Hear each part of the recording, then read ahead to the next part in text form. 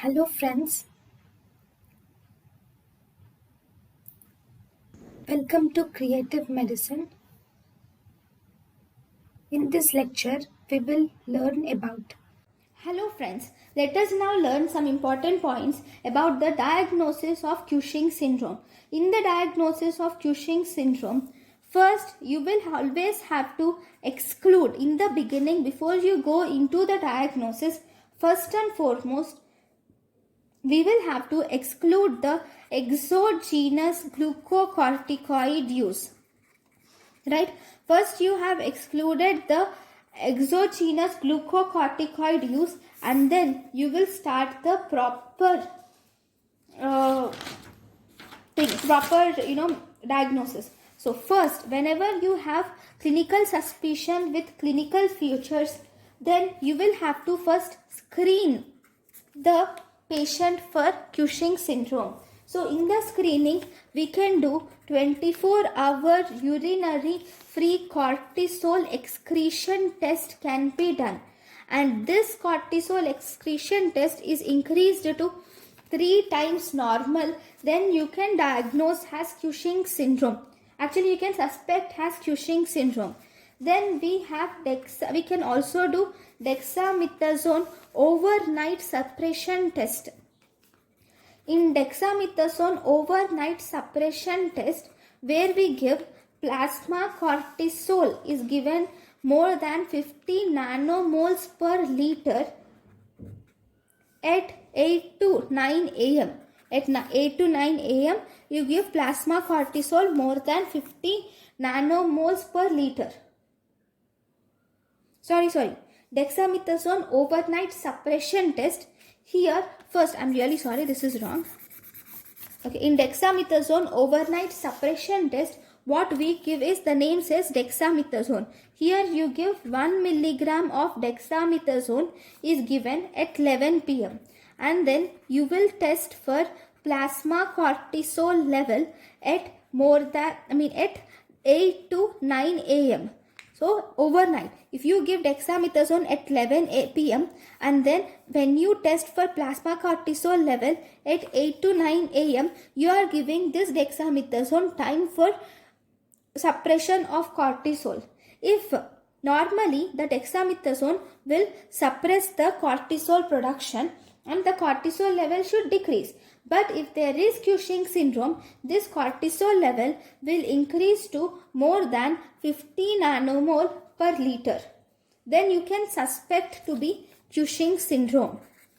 Third we have midnight plasma or salivary cortisol level. We can do midnight plasma or salivary cortisol level, and if it is found to be more than 130 nanomole per liter, then we can suspect Cushing syndrome. Okay, so for screening, we have 3 tests available. One, 24-hour urinary free cortisol excretion. If this is increased 3 times normal, then we can diagnose it as Cushing syndrome. Then dexamethasone overnight suppression test. If we give in dexamethasone overnight suppression test, we give 1 milligram of dexamethasone at 11 pm and we will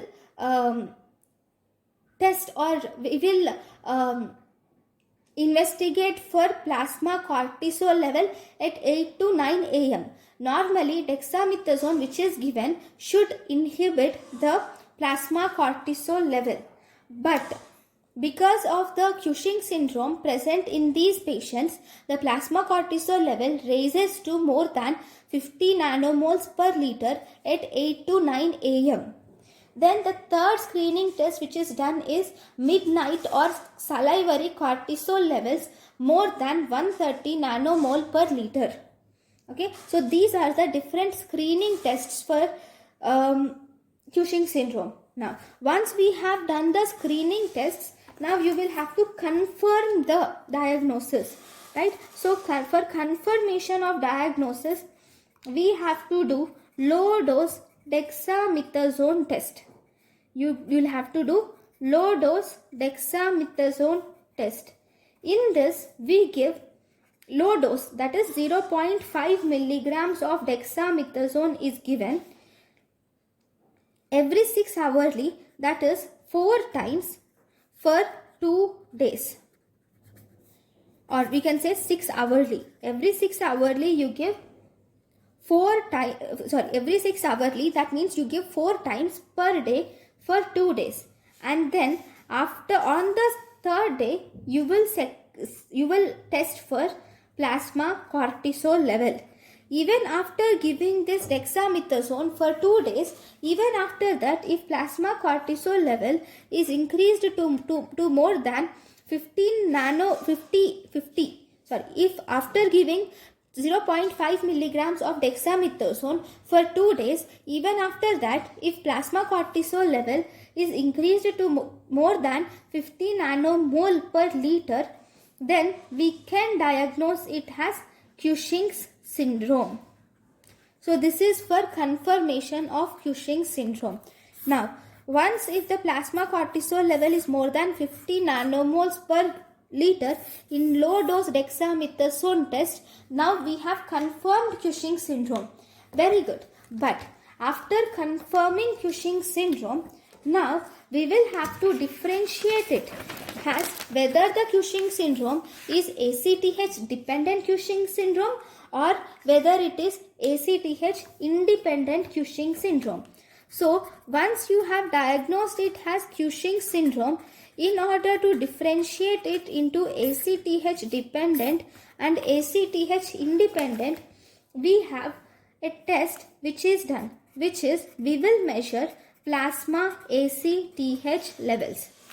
If the ACTH levels are less than 5 picogram per ml, that means the ACTH levels are less. It's simple. If ACTH levels are less, then it is ACTH independent Cushing syndrome.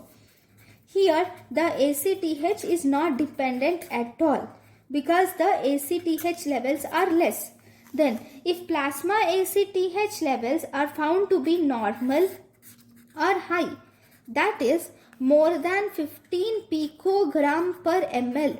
If plasma ACTH levels are more than 15 picogram per ml, then that is ACTH dependent Cushing syndrome. Now in this ACTH dependent Cushing syndrome, we will have to identify why is it, right? There are many causes of ACTH dependent Cushing syndrome, mainly being pituitary issue, second ectopic ACTH production. See, ACTH dependent Cushing syndrome can be due to pituitary adenoma or it can be due to ectopic ACTH production. That is production of ACTH at sites other than the pituitary site. That is ectopic ACTH production. So first finding it, we will do MRI pituitary.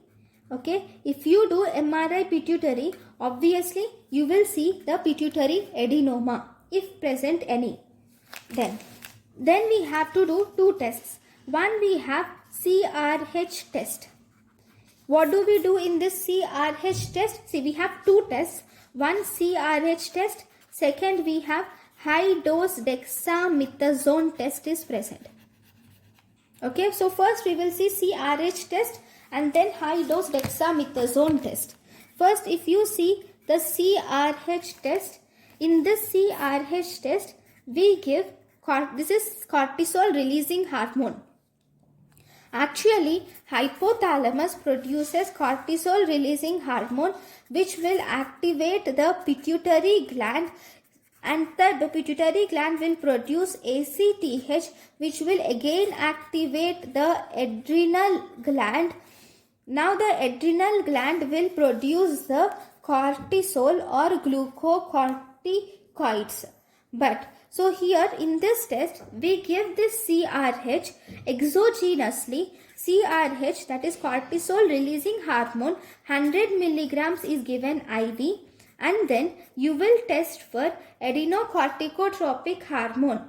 If this adrenocorticotropic hormone is more than 40% increase, if there is increase in adrenocorticotropic hormone more than 40% at 15 to 30 minutes, or if cortisol level are increased to more than 20% at 45 to 60 minutes, then you can tell that it is positive.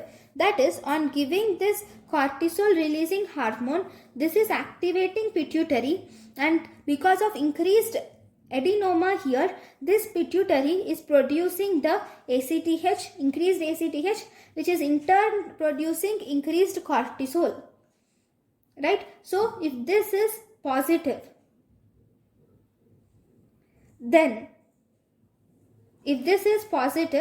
then you can suspect it has Cushing's disease or pituitary adenoma leading to Cushing syndrome. Then we have high dose dexamethasone test. In high dose dexamethasone test, here you give 2 milligrams of dexamethasone is given for 2 days, and if you give 2 milligrams of dexamethasone for 2 days, that means you are giving excess dexamethasone. This dexamethasone should suppress the pituitary gland. Now, if there is cortisol suppression, this will result in cortisol suppression in more than 50%, then it is Cushing's disease. It is called as positive. Then you can diagnose it as, confirm it as Cushing's disease. So, for confirming the Cushing's disease, we have to do cortisol releasing hormone and high dose dexamethasone test. In high dose dexamethasone, if you give this high dose dexamethasone will inhibit the cortisol. Actually, it inhibits the pituitary, and finally through the ladder it inhibits the cortisol production. But if there is ectopic ACTH production, that is, ACTH is produced from the exogenous source. That is not exactly exogenous. Here ACTH is produced from other carcinomas like carcinoma of lung, carcinoid tumor of lung, or things like that. Then diseases like carcinoid tumor of lung, small cell carcinoma of lung, pheochromocytoma, medullary carcinoma of thyroid will produce the ACTH. This dexamethasone which is given will not suppress the ACTH produced from the other glands like other tumors like carcinoid tumor of lung, small cell carcinoma of lung, medullary thyroid carcinoma. All that ACTH is not suppressed by this dexamethasone, and as a result, if you see in ectopic ACTH production, this Crh test and also high dose DEXA test, both these will be negative. Okay, so this is about the diagnosis of Cushing syndrome. Right? Fine. This is one thing. And then I said there is ACTH independent Cushing syndrome. This ACTH independent Cushing syndrome, for this we have to do CT scan of adrenal gland, because here the problem is not dependent on ACTH. So obviously the problem is in the adrenal gland. So in these patients we should do a CT scan of adrenal gland. If we do the CT scan of adrenal gland, obviously we will find the things which are seen in adrenal gland, right? Like if there is adrenal adenoma, that can be diagnosed by CT scan. Adrenal hyperplasia can be diagnosed by CT scan. So CT scan of adrenal will help us to differentiate the causes of Cushing syndrome. So this is about the diagnosis of Cushing syndrome. Thank you guys for watching my lecture. Thank you.